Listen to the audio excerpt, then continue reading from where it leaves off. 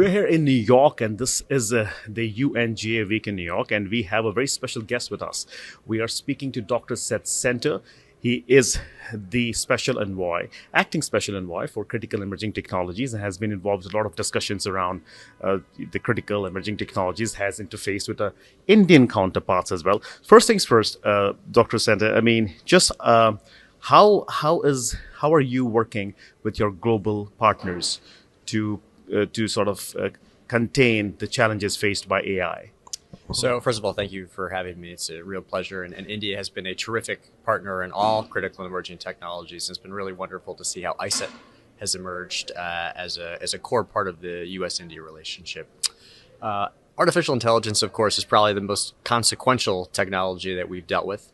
And really, we see the challenges balanced with the opportunities. What's been most striking in our conversations with our partners, including with India, is the way in which opportunity and optimism have been a component of the conversation. In reality, the Indian people seem to be about twice as optimistic as the American people about AI.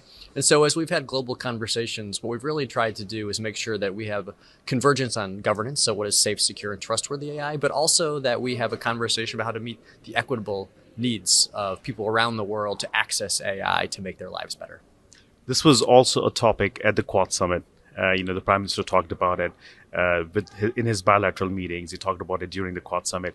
How are you leveraging India, to be able to, again, contain the challenges with cloud computing and AI and quantum, as you said?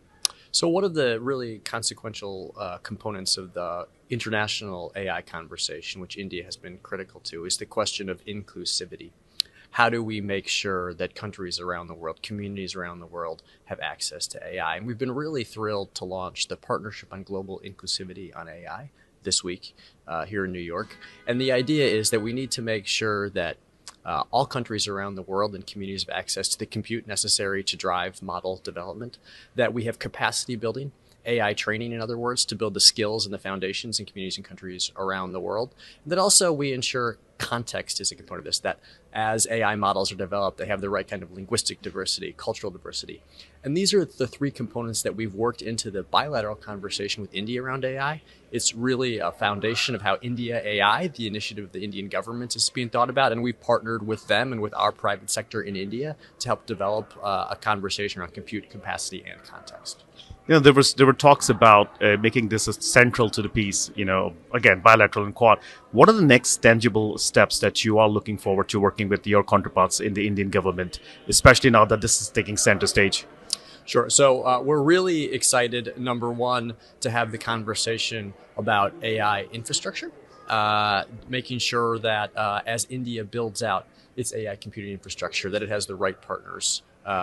I think there's some really great American companies that are eager to do business in India, eager to help build out the infrastructure, and eager to partner with Indian communities to make sure that the kind of local data sets and cultural and linguistic diversity that needs to be captured to ensure that the data sets serve the people of India are a component of how they build that infrastructure in India. There are challenges faced by, when it comes to national security with AI. I mean, India is a diverse country. India is facing the same challenges. How are you tackling some of these challenges over here in the US? So one of the main initiatives that we're launching right now is the development of an AI Safety Institute. Because what we need to do in order to get the governance and architecture to deal with disinformation, to deal with synthetic media, is to have the AI science developed sufficiently that we can develop standards around which we can govern these technologies, mitigate these risks. And we see that fundamentally as an international effort. India is going to be a critical partner so that as we all start to develop our own domestic governance structures,